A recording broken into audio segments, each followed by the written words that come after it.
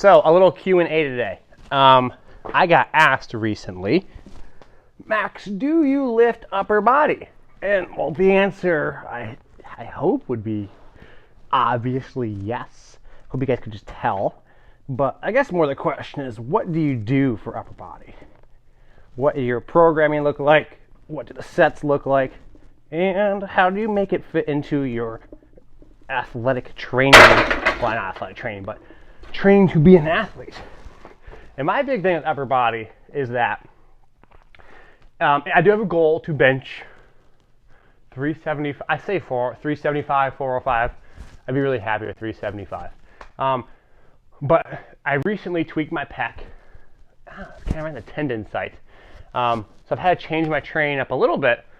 I tweaked it about 5 days ago, 6 days ago. Hopefully next week I can get back into a little more training where I had to reduce the intensity. But I've been doing a training method where it's a little bit more based on constant exposure, like not messing around with like 95 different exercises. Like if I'm trying to get better at bench press, I'm going to bench press. I'm not going to do a flat bench and then a dumbbell bench and then an incline bench and then chest flies. I think for me, that takes a lot of energy and I don't go to failure. So I guess rule number one is keeping the exercise selection simple, right? So I'm going to bench. Let's get better at bench press. And then if I want to get better at overhead press was my goal, I'd overhead press. So rule number one, not getting caught up in picking, like 70 different exercises. Rule number two is don't get carried away to the point where it takes away from all your other training. So what that means is make sure you're not going to failure every single set. For some reason, the upper body, people like gravitate towards, I gotta feel the pump, I gotta feel the pump, I gotta feel the pump situation. Well, I get it. I get people like doing that, and there's like some fun towards it. But if I just go on my bench press right here and just go to failure, I'm so taxed on the first movement of the day that I don't really get good quality reps in the rest of the day. So if I like to bench press, like you're seeing right here, I have to take maybe 4 sets of 5 casually. And for myself at the moment right now, because I have the luxury of being in my house, I can kind of do that throughout the day. So as you notice, the speed's not going down. It's pretty smooth rep, not going to failure. Now I will go heavier, and I will have times where I strain under the bar, but that doesn't need to be every single day. Same with lower body. Well, and I think a lot of people get that for lower body. I don't think a lot of people really enjoy going to failure on the squats, and neither do I recommend it either. It's just so taxing. So to answer the question, yes, I do upper body. Number one, I make sure my upper body is done for a goal, for a purpose. Like if I, for some reason right now, want to bench more weight, I'll train my bench press.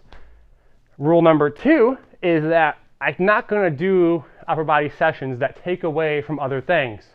In the same way, I'm not going to do lower body sessions that take away from the rest of the week.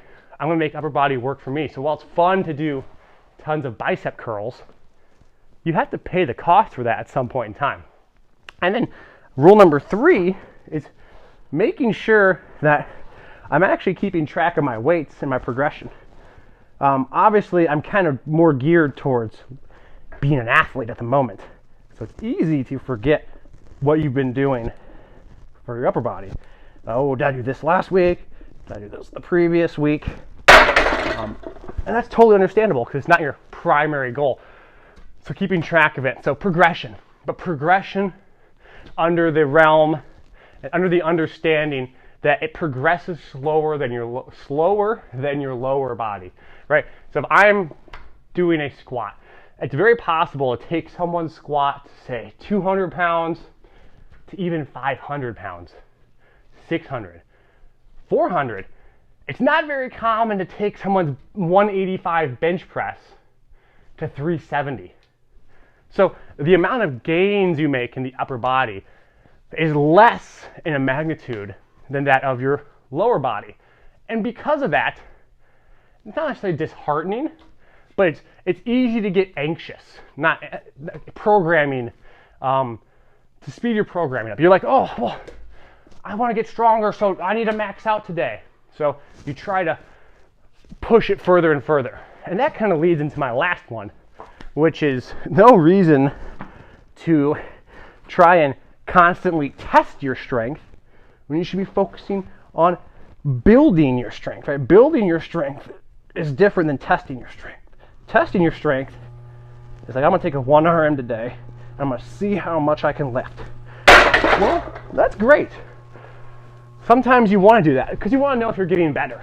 But I think Joe DeFranco said it best, like you can see people day in and day out going for 1 RMs, 1 RMs, 1 RMs, 1 RMs, and because it's so demanding to just do a 1 RM, you might see a little progress at first, but you eventually just don't get enough load and volume to actually get stronger.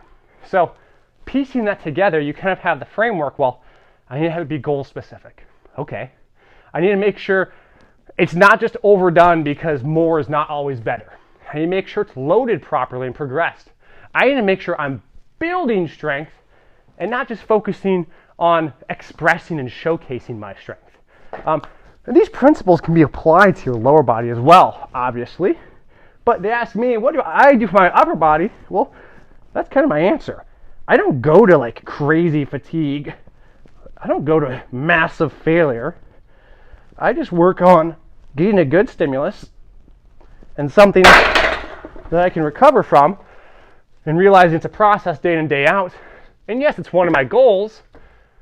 One of my goals. So it's not the only goal. Just like how your lower body isn't your only goal. So hopefully that makes sense. And obviously I focus on some other things too. I do some bicep curls and tricep extensions, and I do some overhead press and some dumbbell side raises.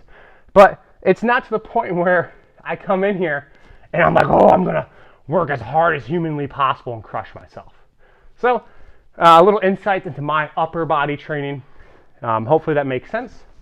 And I appreciate you guys listening as I finish off, like, what is this, set number 6? Let's get 30 reps? I don't know. Getting some casual fireside chat while I get some reps in. Trying to recover this pec, get some volume under it.